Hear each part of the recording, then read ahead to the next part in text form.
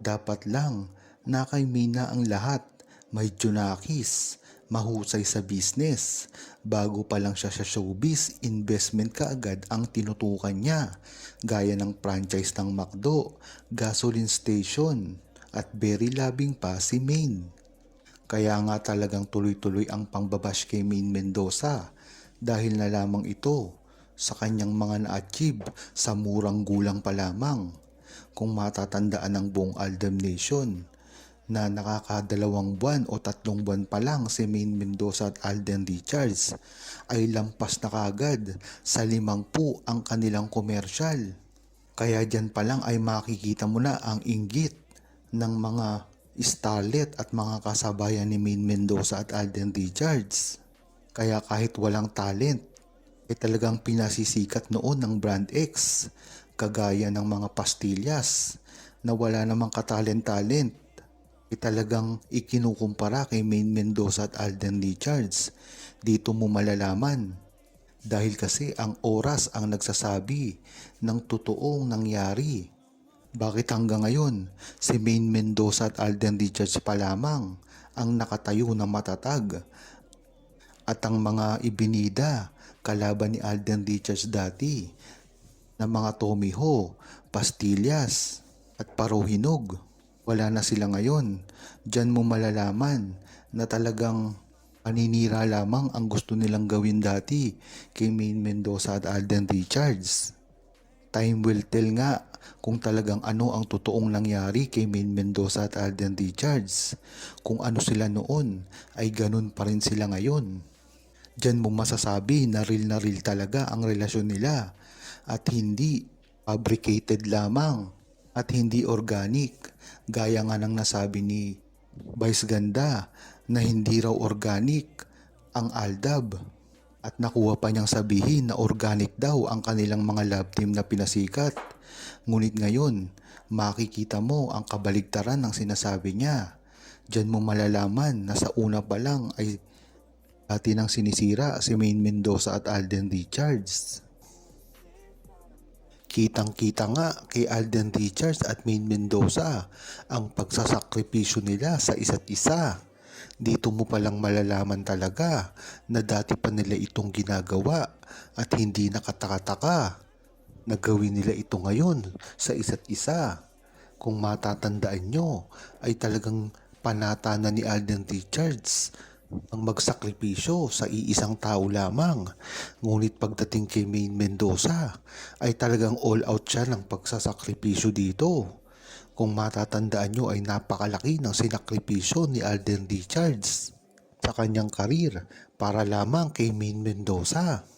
Sa ilang taon na hindi nakagawa si Alden Richards ng movie at mga teleserye para lamang kay Maine Mendoza ay talagang napakalaking sakripisyo.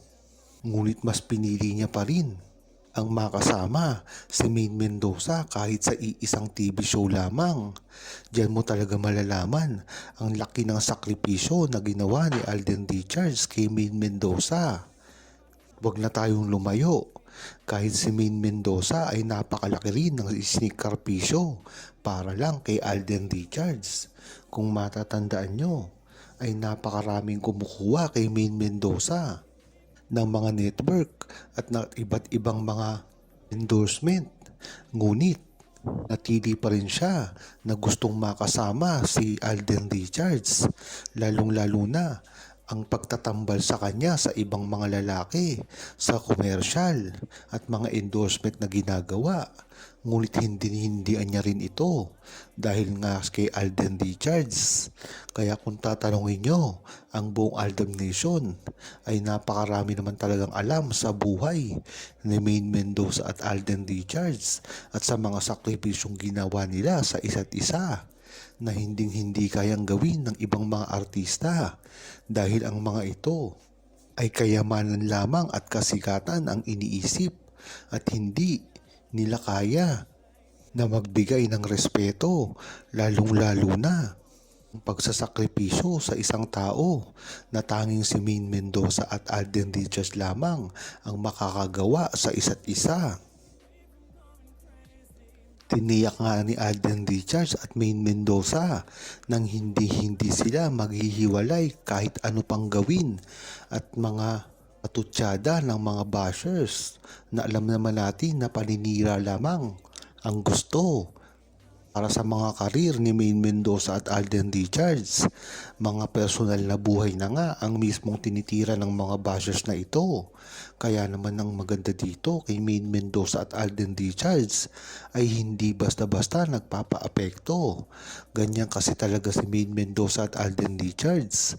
Mga galawan na nila ito sa simula pa lamang na talagang inis na inis ang mga bashers sa tuwing hindi papansinin ito ni Maine Mendoza at Alden Richards.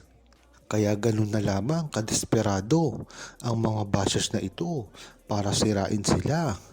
Ngunit ang maganda dito ay hindi nila ito pinapansin at mismong inaasar pa nila ito dahil sa paglalabas nga ni Alden Richards ng mga proyekto kasama siya. Gagawin ni Alden Richards ang lahat para lamang mapatunayan na talagang hindi nagbago ang buong Aldab Nation dahil ang Aldab naman talaga ang sinusuportahan nila sa simula pa lamang at kahit kailan ay hindi nila ito makakalimutan.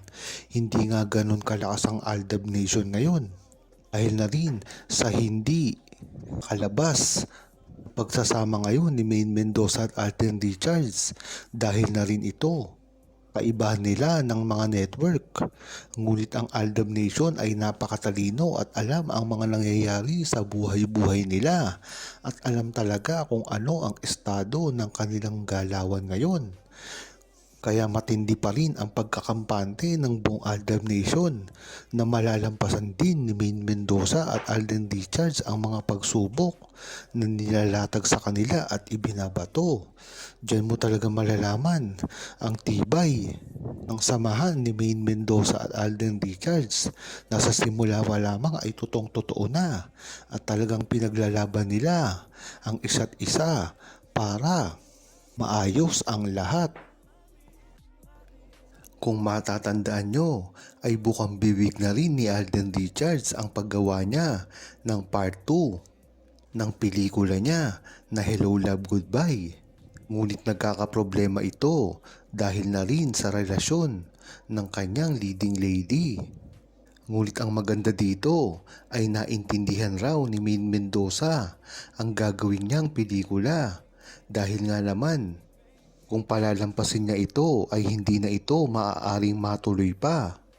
Dahil nga naman, tiwala naman si Maine Mendoza at Alden Richards na kahit anong mangyari ay matutuloy pa rin ang kanilang gagawin na movie.